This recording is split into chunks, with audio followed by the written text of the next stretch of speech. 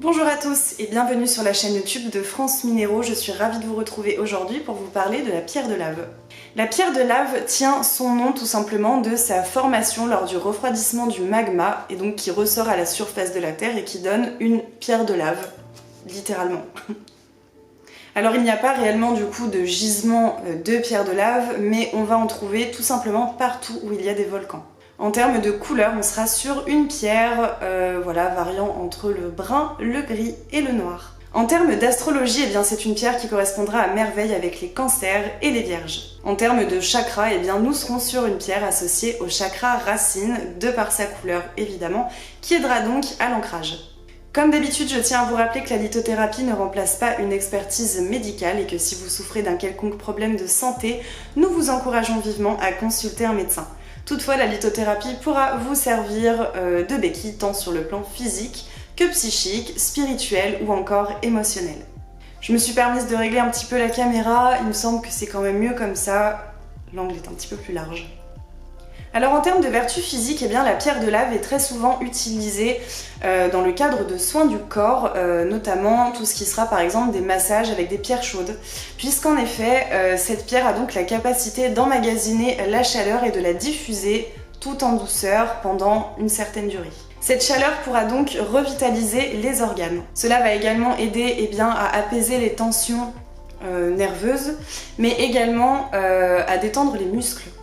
On dit également que la pierre de lave améliore la fertilité et que cette chaleur et donc toutes les énergies qu'elle diffuse renforcent l'organisme et le fonctionnement des organes dans leur ensemble. De par son association avec le chakra racine, c'est une pierre qui est également très stabilisante. Alors on verra un petit peu plus tard donc les vertus sur le mental, mais en tout cas c'est également le cas pour le physique. C'est une pierre qui va vraiment stabiliser les flux énergétiques, qui va vraiment aider en fait le corps à récupérer. Voilà, donc il y a quand même une certaine notion de guérison également. Donc bien entendu, nous ne pouvons que vous recommander un galet en pierre de lave pour cette utilisation. C'est vraiment la forme la plus adaptée. En termes de vertus psychologiques, psychiques, émotionnelles et spirituelles également, c'est une pierre qui est extrêmement, alors en plus d'être stabilisante, elle est revitalisante et elle est stimulante. Cela va aider effectivement à stimuler la vibration entre les chakras. Évidemment, c'est une pierre d'ancrage, mais c'est vrai qu'il y a quand même toute une notion assez symbolique puisqu'elle provient de la terre. C'est vraiment l'alliance entre la terre et le feu.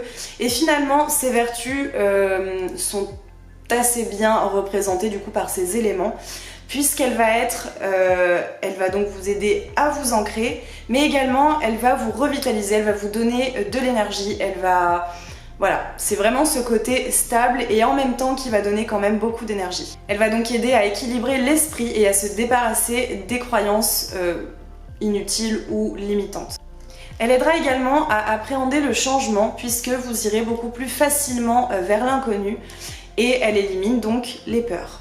Pour terminer, c'est une pierre au magnétisme naturel assez surprenant qui vous aidera notamment à dépasser certains traumatismes et à penser certaines blessures, pas forcément de l'enfance, mais en tout cas voilà, des blessures tout simplement que vous avez vécues, que vous avez subies et qui ne sont pas encore guéries, puisqu'on parlait de guérison précédemment. C'est également le cas pour les blessures émotionnelles. Comme toutes les pierres, la pierre de lave a besoin d'être purifiée et rechargée régulièrement. Pour ce faire, il faudra la placer dans de l'eau légèrement salée pendant quelques heures, puis l'exposer à la lune. Alors, en termes d'expérience personnelle, je possède des pierres de lave qui m'ont été très gentiment offertes. Elles proviennent de la Réunion, donc c'est pas une pierre avec laquelle j'ai vraiment travaillé. En vérité, c'est vraiment une pierre qui me sert tout simplement de décoration parce que j'adore les pierres noires et je la trouve absolument magnifique. Je les trouve parce que j'en ai plusieurs. Mais c'est vrai qu'en travaillant dessus, je me suis quand même pas mal intéressée du coup à ces nombreuses vertus stabilisantes et revitalisantes. Et je pense qu'il pourrait être tout simplement très intéressant de méditer avec de la pierre de lave. Donc je pense, voilà, il y a quand même de fortes chances que je tente ça très prochainement.